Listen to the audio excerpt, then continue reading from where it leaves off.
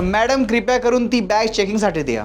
अरे पण बॅग याच्यामध्ये तर काहीच नाहीये. मॅडम एवढे सारे दागिने आहे आणि हे लॅपटॉप पण फॉरेन कंपनीचा, यावर तुम्हाला कस्टम ड्युटी भरावी लागेल. Custom duty? पण का बरं?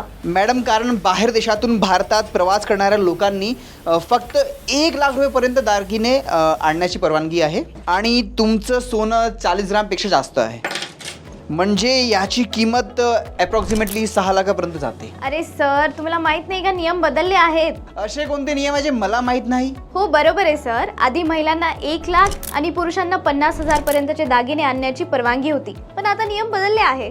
आता महिला 40 ग्राम सोनं आणि पुरुष 20 ग्राम सोनं आणू शकताय आणि माझं सोनं नेमकं 40 ग्राम आहे. बरं ठीक आहे, पण हा लॅपटॉप यावर तर कस्टम ड्युटी द्यावीच लागेल. सर आता 18 वर्षावरील कोणतीही व्यक्ती एक लॅपटॉप विदाउट कस्टम ड्युटी आणू शकताय आणि त्यासोबत वैयक्तिक वस्तू 75,000 पर्यंत आणण्याची परवानगी आता आहे आणि आधी ही मर्यादा 50,000 होती, आता वाढली आहे. ओह असं आहे का? ओके.